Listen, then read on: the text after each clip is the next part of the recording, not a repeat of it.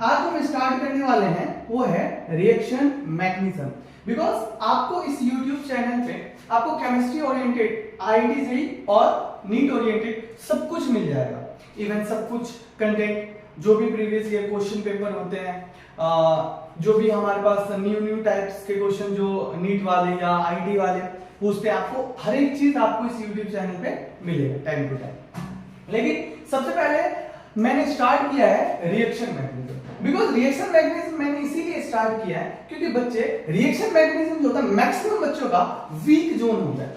बहुत ज्यादा बच्चे रिएक्शन मैकेनिज्म बहुत ज्यादा फंसते हैं क्योंकि हम क्या करते हैं, लास्टली रिएक्शन को याद करना स्टार्ट करते हैं और याद करने से क्या होता है, कुछ टाइम के बाद हम भूलना स्टार्ट कर जाते हैं और इससे क्या होता है कि हम अच्छा स्कोर नहीं कर पाते। क्योंकि आपको यदि ऑर्गेनिक पे कमांड चाहिए तो दो ही चीज पे कमांड होना चाहिए, एक तो जीओसी पे और एक reaction mechanism. Reaction mechanism GOC से ज्यादा है, मतलब यदि हम 100% की बात करें तो 60% हमें रिएक्शन मैकेनिज्म पे कमांड होना चाहिए और 40% हमें जीओसी से कमांड होनी चाहिए। क्योंकि रिएक्शन मैकेनिज्म के अंदर ही हम जीओसी का यूज कर लेंगे। ठीक है बच्चे, इसलिए हमें रिएक्शन मैकेनिज्म पे सबसे ज्यादा फोकस करना है। तो रिएक्शन मैकेनिज्म में मैं आपको अलग तरीके से पढ़ाऊंगा, मैं चैप्टर वाइज नहीं पढ़ाता, मेरा सीक्वेंस कुछ अलग तरीके का होता है जिससे आपको हर एक चीज इजीली समझ में आ जाएगा और आप जब मुझे 20-30 लेक्चर के बाद आपको खुद ब खुद समझ में आने लगेगा कि अब मेरे से एनसीईआरटी इजीली मैं पढ़ सकता हूं और इजीली मैं समझ सकता हूं। ठीक है, तो सबसे पहले हम बात करते हैं व्हाट इज रिएक्शन मैकेनिज्म। देखो बच्चे, रिएक्शन मैकेनिज्म जो होता है, जैसे कि मैं आपको सीधी सी हिंदी भाषा में समझाता हूं रिएक्शन मैकेनिज्म है क्या, फिर हम डेफिनेशन करेंगे। एक चीज बताओ, जैसे कि हम लोग कुछ भी बनाते हैं, खाना पीना कुछ भी, तो जो भी एक स्टेप होता है, जैसे कि आपको एक डॉक्टर बनना है, राइट, आपको एक डॉक्टर बनना है तो आपको क्या करना पड़ेगा, एक स्टेप है कि आपको नीट क्वालिफाई करना पड़ेगा, फिर आप कॉलेज जाओगे, फिर एमबीबीएस की डिग्री करोगे, फिर आप जाके डॉक्टर बनोगे। जैसे आपको इंजीनियर बनना है तो फिर आप क्या करोगे, एक स्टेप है कि आपको पहले पढ़ना पड़ेगा, प्रिपरेशन करना पड़ेगा, फिर जेईई के पेपर निकालने पड़ेंगे, फिर आईआईटी का पेपर निकालना पड़ेगा। आफ्टर दैट आप आईआईटी कॉलेज में जाओगे, फिर आप वहां पे इंजीनियर बन के निकलोगे इस कॉलेज से। इसी तरीके से रिएक्शन मैकेनिज्म क्या होता है, बेसिकली जैसे कोई भी रिएक्शन होता है उसके एलिमेंट्री स्टेप्स कितने, मतलब उसके एक एक स्टेप हम देखते हैं कि एक एक स्टेप से प्रोडक्ट कैसे बन रहा है। जो एक एक स्टेप हम देखते हैं, कोई भी रिएक्टेंट से प्रोडक्ट कैसे बन रहा है, तो वो उसके एलिमेंट्री स्टेप को हम देखते हैं, वो कितने स्टेप में कैसे कैसे बन रहा है, उसी को हम पूरे स्टेप को कहते हैं रिएक्शन मैकेनिज्म। बच्चे, रिएक्शन मैकेनिज्म समझने के लिए हमें बस दो चीज बहुत ज्यादा इंपॉर्टेंट है, दो चीज आपको पूरी रिएक्शन में पीछे नहीं छोड़ने वाला। पहला है आपके पास न्यूक्लियोफाइल, सेकंड है आपके पास इलेक्ट्रोफाइल। जो न्यूक्लियोफाइल और इलेक्ट्रोफाइल समझ गया, मतलब आपको रिएक्शन मैकेनिज्म में 10% काम आसान हो जाएगा। क्योंकि कोई भी रिएक्शन होती है विदाउट न्यूक्लियोफाइल, विदाउट इलेक्ट्रोफाइल हम नहीं कर सकते। समझ में आएगा। और एक छोटा सा टर्म है जो है सॉल्वेंट, जो कि आपको सॉल्वेंट की जानकारी होनी चाहिए, क्योंकि विदाउट सॉल्वेंट आप नहीं कह सकते वो रिएक्शन कौन सी रिएक्शन। आपने जैसे सुना होगा SN1 रिएक्शन क्या होता है, E1 रिएक्शन क्या होता है, SN2 रिएक्शन क्या होता है, E2 रिएक्शन क्या होता है। तो हमें पता तो होना चाहिए कि सॉल्वेंट के बिहाफ पे तो हम डिसाइड कर रहे हैं कि वो E1 है या SN1 है या SN2 है। ठीक है बच्चे, तो हम सबसे पहला पार्ट स्टार्ट करने जा रहे हैं, न्यूक्लियोफाइल क्या होता है। ठीक है, हम सबसे पहला पार्ट स्टार्ट करने जा रहे हैं, व्हाट इज न्यूक्लियोफाइल। अब मुझे बताओ न्यूक्लियोफाइल का मतलब क्या है बच्चे। थोड़ा सा आज का टॉपिक आपको ऐसा लगेगा थियोरेटिकल, लेकिन जैसे जैसे आप आगे बढ़ते जाओगे बहुत मजा आने वाला है आपको, मैं बहुत अलग कंटेंट देने वाला हूं। ठीक है बच्चे, तो न्यूक्लियोफाइल देखो क्या होता है।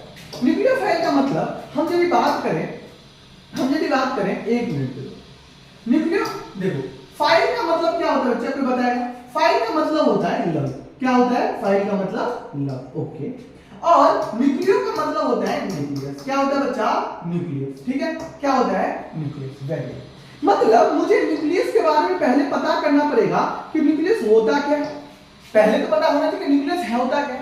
अरे बच्चे, आपने पढ़ के आए होंगे न्यूक्लियस जो होता है कुछ ऐसा होता है, इसके अंदर इलेक्ट्रॉन रिवॉल्व करते हैं, इसके अंदर इलेक्ट्रॉन रिवॉल्व करते हैं। मतलब ये पॉजिटिव पार्ट को हम क्या बोलते हैं, न्यूक्लियस बोलते हैं। क्या बोलते हैं बच्चा, पॉजिटिव पार्ट को हम क्या बोलते हैं, न्यूक्लियस। सर आप क्यों बोल रहे हो पॉजिटिव पार्ट अरे सर हम कोई भी एलिमेंट को तोड़ते हैं तो इलेक्ट्रॉन प्रोटॉन और न्यूट्रॉन निकलता है, या एटम को किसी को तोड़ते हैं तो इलेक्ट्रॉन प्रोटॉन न्यूट्रॉन निकलता है। तो इलेक्ट्रॉन प्रोटॉन न्यूट्रॉन आपने पढ़ा होगा कि proton plus neutron is a combination of nucleus. जो ये यहाँ पे प्रोटॉन, ये जो आपको दिख रहा है पॉजिटिव चार्ज, बेसिकली क्या है बच्चा, combination of proton plus neutron ही तो है। और आपने एक चीज पढ़ा होगा कि प्रोटॉन का मैक्सिमम होता है, पॉजिटिव चार्ज होता है, दैट्स व्हाई ये पॉजिटिव की तरह बिहेव करता है। और न्यूट्रॉन पे लगभग चार्ज हम मान के चलते हैं ना के बराबर है, इसीलिए हम यहाँ पे सेंटर में कौन सा चार्ज होता है बच्चा, पॉजिटिव चार्ज। क्योंकि प्रोटॉन का चार्ज कैसा होता है बच्चा, पॉजिटिव, दैट्स व्हाई ये सेंटर में पॉजिटिव चार्ज होता है। और ये होता है इलेक्ट्रॉन, और इलेक्ट्रॉन क्या होता है, इस सर्किल के ऑर्बिट पे घूमते रहता है, और इलेक्ट्रॉन का चार्ज कैसा होता है बच्चा, नेगेटिव, दैट्स व्हाई इलेक्ट्रॉन क्या होता है, ऐसे ऐसे रिवॉल्व। अरे सर आपने ये क्यों बताया कि न्यूक्लियस और इलेक्ट्रॉन का क्या होता है, मैंने इसलिए बताया बच्चा, देखो इसमें मैंने इसलिए बताया, सुनो इसमें होता क्या है, जैसे ये पॉजिटिव चार्ज मतलब न्यूक्लियस है, अब इसके अराउंड क्या हो रहा है, इलेक्ट्रॉन घूम रहा है। अब मुझे ये बताओ, पॉजिटिव चार्ज है, proton plus neutron, positive charge का मतलब क्या होता है, ये पॉजिटिव, और ये इलेक्ट्रॉन है, ये है नेगेटिव चार्ज। ये क्या करेगा, अपनी तरफ खींचेगा।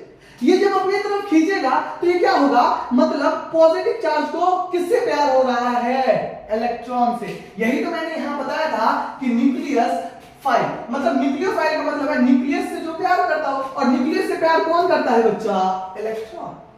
समझ में आया, मैंने क्या बोला, न्यूक्लियस से जो प्यार करे, न्यूक्लियस से कौन प्यार कर सकता है बच्चा, इलेक्ट्रॉन प्यार कर सकता है, तो इसी को हम बोलते हैं न्यूक्लियोफाइल। अब देखो ये चीज आपको समझ में आ गई कि न्यूक्लियोफाइल सर वो होता है जो न्यूक्लियस से प्यार करता है, और न्यूक्लियस से प्यार कौन करेगा, इलेक्ट्रॉन करेगा। क्यों करेगा, क्योंकि इलेक्ट्रॉन होता है नेगेटिव चार्ज, और प्रोटॉन कैसा होता है, पॉजिटिव चार्ज, क्योंकि न्यूक्लियस के अंदर क्या चार्ज होता है, प्रोटॉन। ओके सर, आपने ये चीज बोला, ठीक।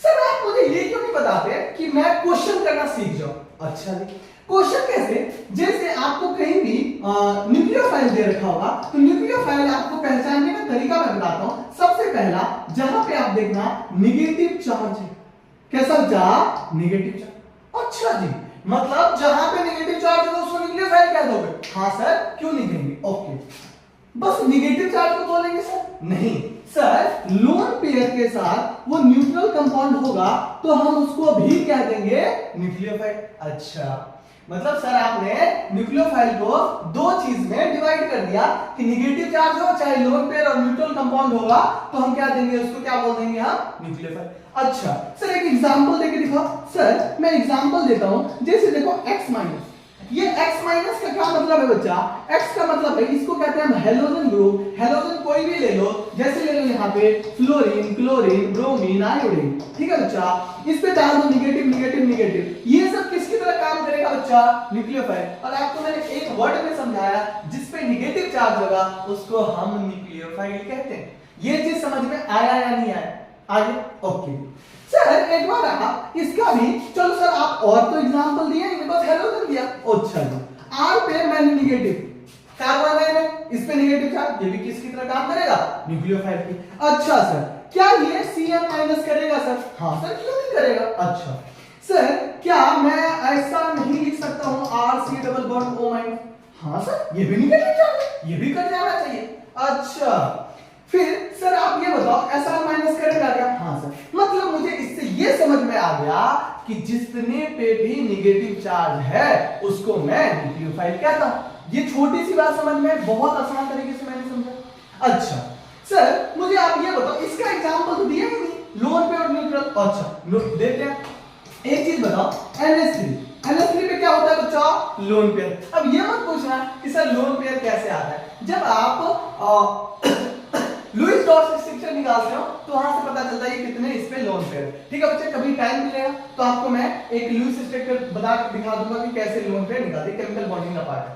ठीक है, अब सर मतलब आपने यहाँ पे लोन पेयर देखा तो आपने बोल दिया कि अच्छा इस पे 2 ही लोन पेयर है बच्चा, 3 मत देख लें।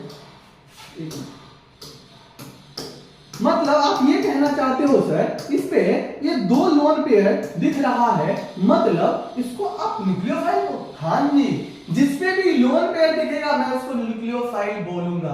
अच्छा सर एक चीज आप और बताओ, क्या ये न्यूक्लियोफाइल होगा सर, मैं सब सर क्या समझाया था, लोन पेयर होगा न्यूक्लियोफाइल होगा। अच्छा ये हो गया।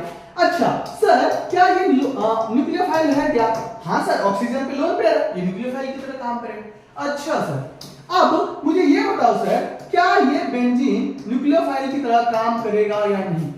अच्छा, न्यूक्लियोफाइल का मतलब क्या होता है? जिसके पास इलेक्ट्रॉन होता है।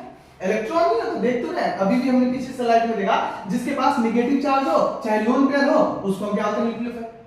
अच्छा देखो ये पाई बॉन्ड है बच्चा, पाई बॉन्ड बेसिकली क्या है, दो इलेक्ट्रॉन, ये अपना इलेक्ट्रॉन क्लोड क्या करता है, डोनेट कर देता है इलेक्ट्रोफाइल को। तो ये किसकी तरह काम करता है बच्चा, न्यूक्लियोफाइल की तरह। अच्छा सर मतलब पाई बॉन्ड भी न्यूक्लियोफाइल की तरह काम करने लगा? हाँ, क्योंकि अपना इलेक्ट्रॉन क्लोड ये पाई बॉन्ड किसी को देगा, किसको देगा, इलेक्ट्रोफाइल। अच्छा अब सुनिए, क्या सर ये डबल बॉन्ड दे देगा क्या? क्या ये डबल बॉन्ड देगा क्या सर?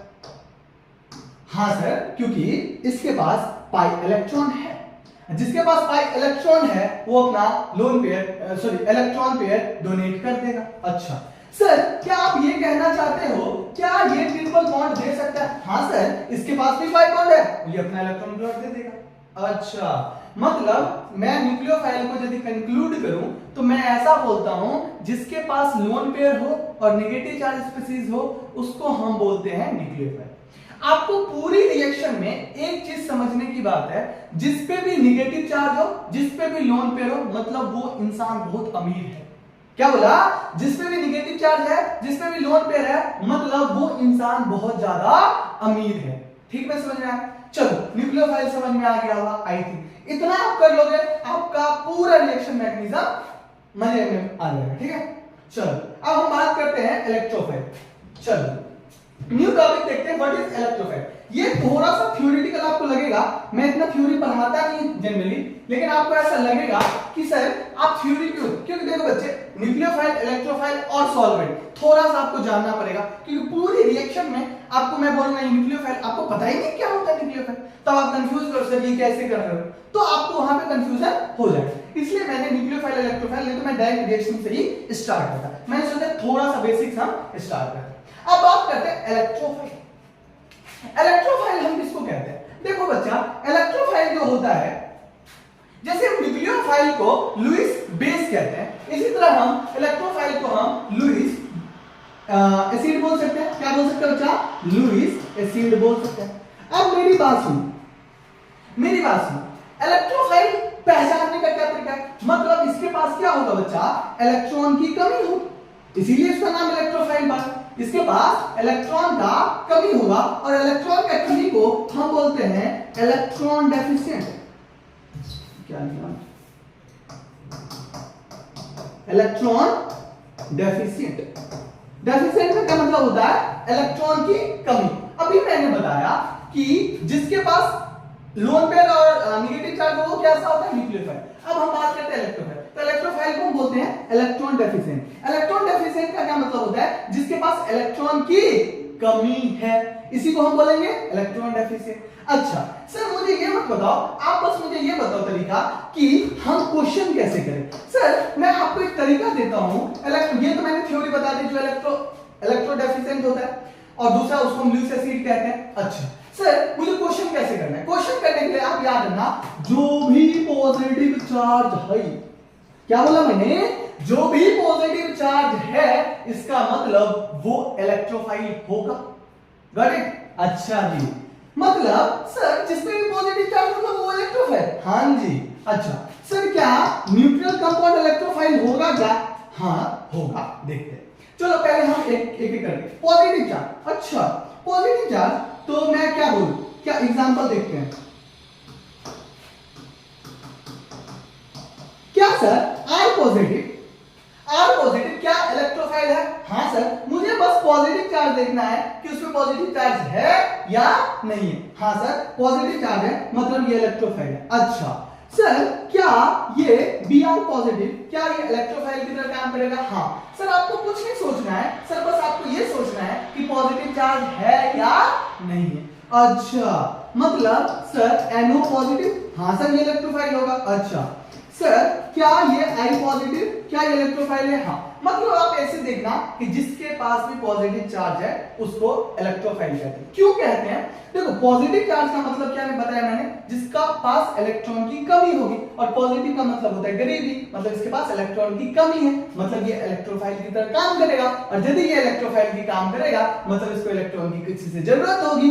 यदि इसको इलेक्ट्रॉन की किसी से जरूरत है तो कौन डोनेट करेगा? न्यूक्लियोफाइल, क्योंकि न्यूक्लियोफाइल अमीर होता है क्योंकि उसके पास इलेक्ट्रॉन होता है। समझ में आया ये कहानी? अच्छा सर, आपने एक चीज बताया, जिसके पास पॉजिटिव चार्ज होता है उसको मैं न्यूक्लियोफाइल इलेक्ट्रोफाइल कहता हूं। अच्छा सर, न्यूट्रल कैसे होता है? अच्छा न्यूट्रल का भी एग्जांपल देख लेते हैं। न्यूट्रल का भी हम एग्जांपल देखेंगे, इन एग्जांपल देखेंगे न्यूट्रल में। क्या सर BF3 न्यूक्लियोफाइल होगा या इलेक्ट्रोफाइल? अच्छा सर, मुझे नहीं पता कि ये BF3 कैसे, क्यों नहीं, ना इसमें पॉजिटिव चार्ज है, ना ही लोन पेयर है, ना ही कुछ है। अच्छा देखो, यदि मैं BF3 का स्ट्रक्चर बनाऊं तो कुछ ऐसा बनेगा जी, ऐसा, ठीक है। यदि आपने लुईस डॉट स्ट्रक्चर पढ़ के आए हो केमिकल बॉन्डिंग में, तो इसके पास 2 इलेक्ट्रॉन हाई, इसके पास भी 2 इलेक्ट्रॉन हाई, इसके पास भी 2 इलेक्ट्रॉन है। टोटल इलेक्ट्रॉन कितना हाई रे बच्चा? 6 इलेक्ट्रॉन है। यदि इसके पास 6 इलेक्ट्रॉन है तो आपने एक चीज पढ़ा होगा, ये सेकेंड ऑर्बिटल का एलिमेंट है बोरोन। इसको ऑक्टेट कंप्लीट करने के लिए 8 इलेक्ट्रॉन मिनिमम होने चाहिए, तभी ये स्टेबल होगा। तो मतलब इसके पास इलेक्ट्रॉन की कमी है कि नहीं है बच्चा? इसके पास इलेक्ट्रॉन की कमी है कि नहीं है? मतलब ये चाहता है कि मुझे 2 इलेक्ट्रॉन आ जाए तो मैं अपना ऑक्टेट कंप्लीट कर लूंगा और मैं स्टेबल बन जाऊं, क्योंकि कोई भी इंसान स्टेबल बनना चाहता है। तो इसको देखो 2 इलेक्ट्रॉन की जरूरत है, तो इसीलिए इसमें इलेक्ट्रॉन की कमी होने के कारण इसको हम क्या बोल देते हैं बच्चा? इलेक्ट्रोफाइल। समझ में आया? जस्ट लाइक एग्जांपल और भी दिखा देता हूं, AlCl3 सेम ही यही कहानी होता है, इसमें भी इलेक्ट्रॉन की कमी होती है और इसको ऑक्टेट कंप्लीट करने के लिए और इसको इलेक्ट्रॉन चाहिए, इसलिए ये इलेक्ट्रो डेफिशिएंट की तरह काम करता है, इसलिए हम इसको इलेक्ट्रोफाइल कहते हैं। अच्छा मतलब सर आपने 2 चीज मुझे बहुत अच्छे से समझा दिया कि न्यूक्लियोफाइल और इलेक्ट्रोफाइल। न्यूक्लियोफाइल का मतलब होता है नेगेटिव चार्ज स्पेसिस और लोन पेयर, उसको हम बोल दिए, ठीक है। सर इलेक्ट्रोफाइल होता है जिसपे पॉजिटिव चार्ज हो और न्यूट्रल कंपाउंड, अच्छा उसको हम इलेक्ट्रोफाइल कहते हैं। अच्छा जी सर, हमने कुछ ऐसा सोचा था कि सर एक होता है NH4 बोलस, अच्छा, और एक होता है sir H2O sir S3O+। Sir ये दोनों मैंने शायद कहीं पढ़ा था, ना ही ये इलेक्ट्रोफाइल की तरह काम करता है ना ही न्यूक्लियोफाइल। क्यों? देखो न्यूक्लियोफाइल की तरह तो नहीं काम कर सकता। क्यों नहीं कर सकता? क्योंकि इस पे क्या है बच्चा? पॉजिटिव चार्ज, और जिस पे भी पॉजिटिव चार्ज आता है मतलब वो गरीब है, और गरीब से मतलब समझ में ये आता है कि ये इलेक्ट्रोफाइल होना चाहिए था, लेकिन ये इलेक्ट्रोफाइल नहीं। अब देखो ये क्यों नहीं, मैं आपको समझाता हूं। सबसे पहले S3O+ का हम लेते हैं। अब एक चीज बताओ बच्चा, H2O मैं इसको ऐसे लिख सकता हूं, देखना HOH, और यहां पे मैं लिख सकता हूं H+। अब मुझे ये बताओ बच्चा, क्या आपने पानी पे 2 लोन पेयर देखा है? देखो सर ये इसके पास लोन पेयर है बच्चा, यदि लोन पेयर है तो न्यूक्लियोफाइल की तरह काम करेगा, इसमें पॉजिटिव चार्ज इसका मतलब इलेक्ट्रोफाइल की तरह काम करेगा, मतलब ये अपना इलेक्ट्रॉन लोड इसको देगा। अरे ये सर आपने क्या बनाया? सर आप पूरी केमिस्ट्री में रिएक्शन मैकेनिज्म में एक डायग्राम बनाऊंगा जिसका मतलब ऐसा होगा। इसका मतलब ऐसा क्या है? मतलब ये होता है पॉजिटिव चार्ज और ये होता है नेगेटिव चार्ज, और ये मैं इसको डीपली मतलब बताने वाला हूं, अभी रुक जाओ। इसको हम बोलते हैं पॉजिटिव, इसको बोलते हैं नेगेटिव। अच्छा एक चीज बताओ, आप जो है आप, ये आप हो, ठीक है, तो चलिए आप हो, ये आपका फ्रेंड है, आपके पास इनिशियली 10 रुपीज थे, आपके फ्रेंड के पास इनिशियली 5 रुपीज थे, ठीक है।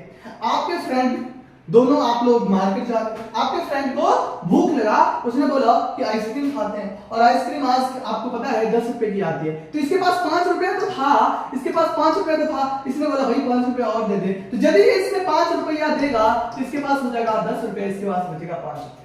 और आपको मैंने बोला था अभी इनिशियली आप जो है अमीर थे, आपका फ्रेंड जो है इनिशियली गरीब था, तो ये इनिशियली अमीर थे आप और आपका फ्रेंड इनिशियली गरीब था, मतलब कुछ देर के बाद आपने क्या किया, अपना पैसा इसको दे दिया। न्यूक्लियोफाइल भी यही करता है, न्यूक्लियोफाइल के पास देखो, न्यूक्लियोफाइल देखो लोन पेयर है, मतलब ये न्यूक्लियोफाइल, इसके पास इलेक्ट्रॉन लोड बहुत ज्यादा है, मतलब ये अभी अमीर है। जैसे इलेक्ट्रोफाइल देखा, ये अपना पैसा इसको दिया, जैसे आपका दोस्त को पैसे की जरूरत थी, आपने उसको पैसा दिया, अब देखो इनिशियली आप गरीब हो गए, मतलब आप पुअर हो गए और ये रिच हो गया, ठीक है जी, ये रिच हो गया, तो इसको हम बोलते हैं इलेक्ट्रोफाइल, इसको बोलते हैं न्यूक्लियोफाइल। मतलब इसके मतलब कहने का मतलब ये है, इनिशियली तो आपके पास बहुत सारे पैसे थे, आपने जैसे पैसा दिया तो आप पे आ गया गरीबी, और गरीबी का साइन होता है पॉजिटिव और अमीरी का साइन होता है नेगेटिव। समझ में आया? अमीरी का साइन क्या तो है नेगेटिव, क्योंकि आपने इलेक्ट्रॉन क्लोड दिया, तो इलेक्ट्रॉन जैसे देखो तो नेगेटिव चार्ज इस पे चलेगा। अब देखो ये नेगेटिव ये पॉजिटिव मिलके क्या बन जाएगा बच्चा, न्यूट्रल बन जाएगा, और अपना कंपाउंड कुछ ऐसा दिखेगा, ऐसा देखना,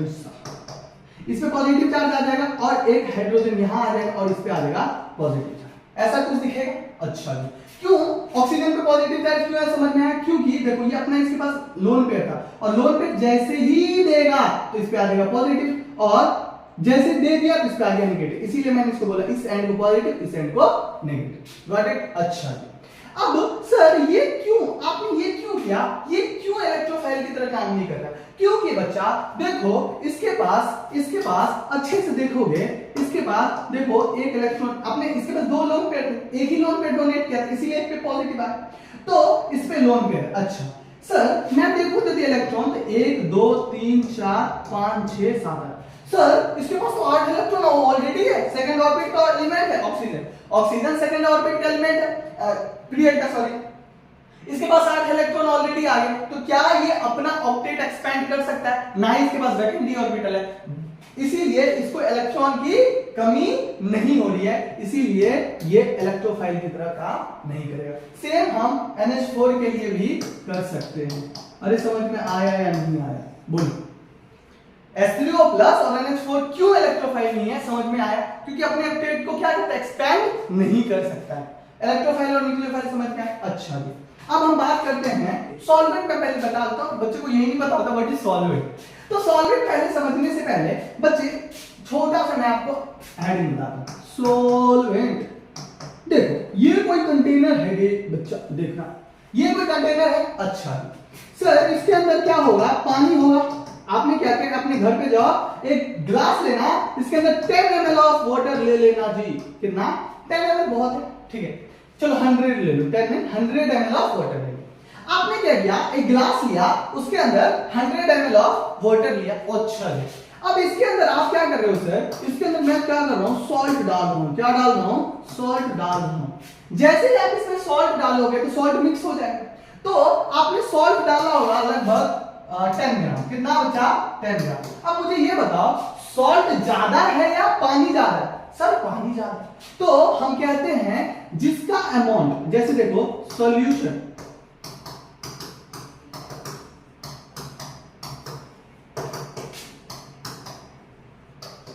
देखो मैं यहां पे ये बोलना चाह रहा हूं कि देखो ये सॉल्वेंट है बच्चा, देखना है ये क्या है, सॉल्वेंट। सॉल्वेंट का अमाउंट क्या है, एक्सेस में। सॉल्वेंट का अमाउंट क्या है, एक्सेस में। और सॉल्यूट का, सॉरी उल्टा है, सॉल्यूट का अमाउंट क्या है, लेस में। क्या है बच्चा? लेस में। और सॉल्वेंट का अमाउंट क्या है, एक्सेस में। और एक्सेस में जो अमाउंट होता है उसको हम सॉल्वेंट कहते हैं, और सॉल्यूट हम उसको कहते हैं जिसका अमाउंट बहुत कम होता है। और solute plus solvent is a combination of solution. देखो पहले ये पानी था बच्चा, सिंगल पानी था। जैसे इसमें आपने सॉल्ट मिला दिया और पानी को ऐसे हिलाया तो ये क्या बन गया बच्चा, सॉल्यूशन बन गया। ठीक है, तो सॉल्वेंट आपको समझ में आया कि क्या होता है, जो इनिशियली हमने पानी लिया था उसको सॉल्वेंट। तो इसी तरीके से रिएक्शन में भी क्या होता है, सॉल्वेंट हमें देखना पड़ता है कि सॉल्वेंट किस तरह के। विदाउट आप सॉल्वेंट किसी रिएक्शन में प्रिडिक्ट नहीं कर सकते कि वो किस टाइप की रिएक्शन है। तो सॉल्वेंट बेसिकली बच्चा दो टाइप्स के होते हैं। कितने टाइप्स के होते हैं बच्चे? दो टाइप्स के होते हैं। कितने टाइप के? दो टाइप के। एक को वेट में बच्चा थोड़ा सा ध्यान दे।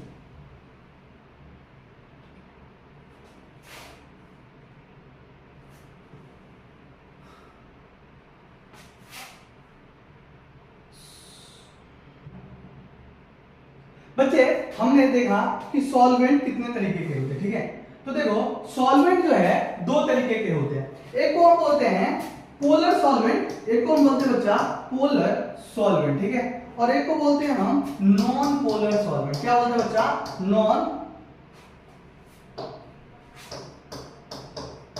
नॉन पोलर सॉल्वेंट, ठीक है।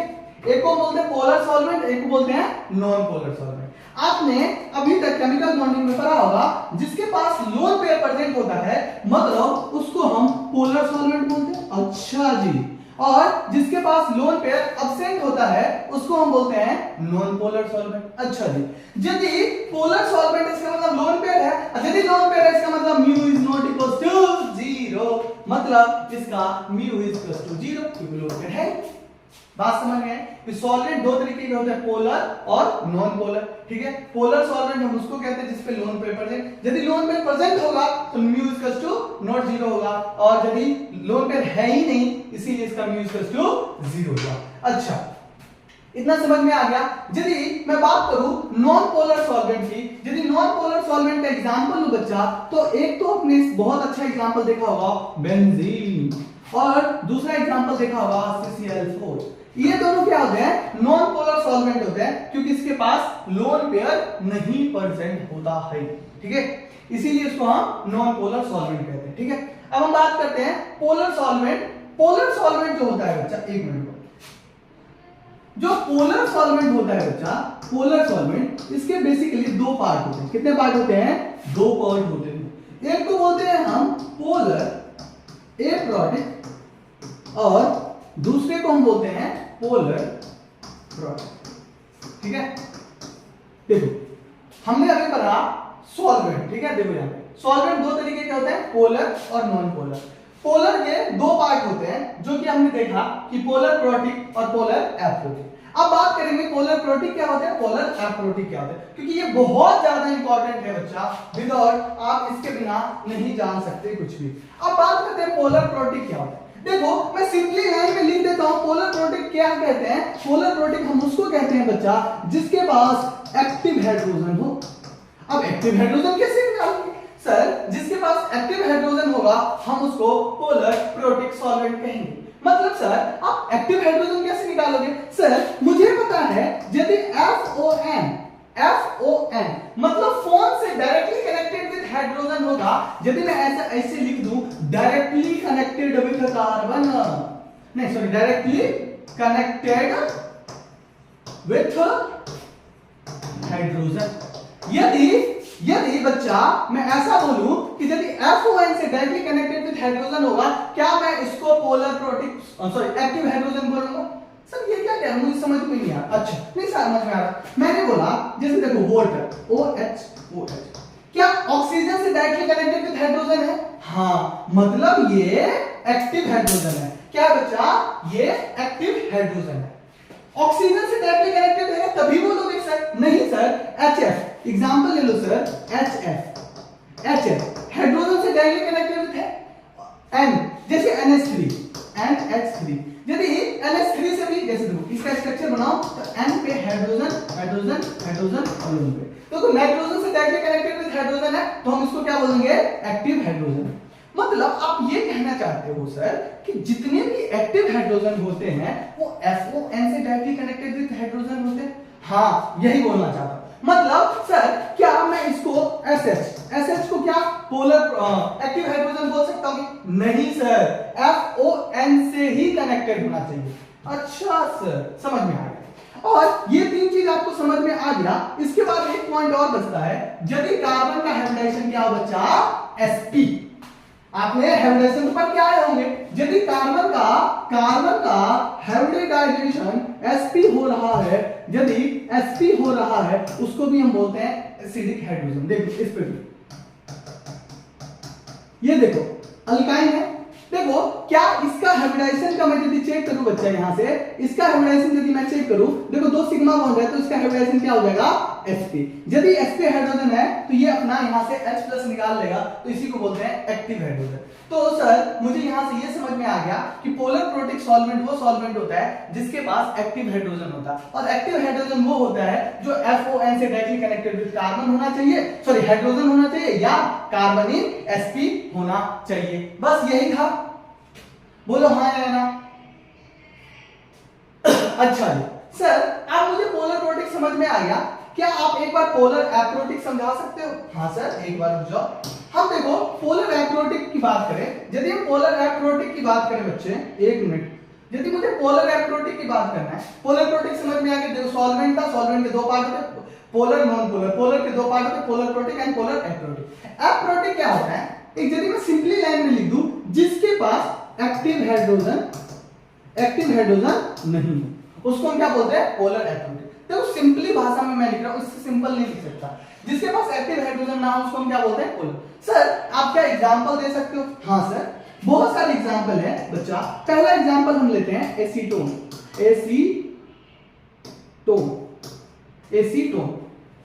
सर एसीटोन का स्ट्रक्चर कैसा होता है? सर आपने बचपन में पढ़ के आया होगा, एसीटोन का स्ट्रक्चर होता है ऐसा कुछ, देखिए